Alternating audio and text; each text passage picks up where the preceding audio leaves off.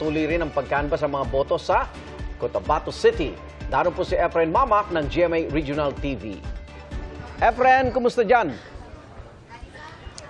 Yes, Igan, hindi pa maisasagawa ang proklamasyon ng mga nanalong kandidato sa Cotabato City ngayong umaga dahil nagpapatuloy pa ang vote canvassing.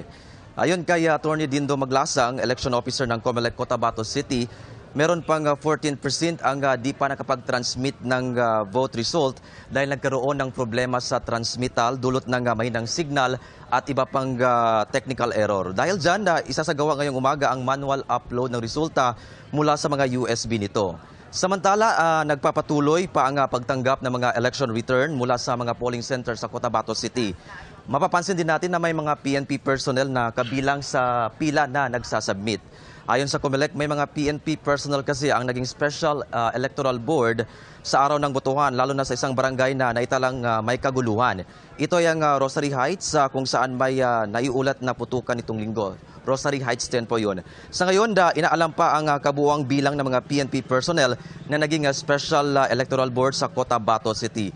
Samantala, sa partial and unofficial results as of 5:02 AM, nangunguna sa pagkaalkalde si Bruce Matabalaw na may 34,020 votes, habang si Butch Abu may merong 23,093.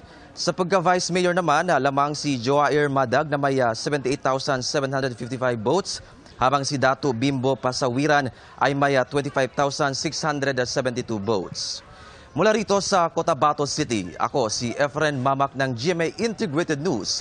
Dapat totoo para sa eleksyon 2025. Maraming salamat, Efren Mamak ng GMA Regional TV.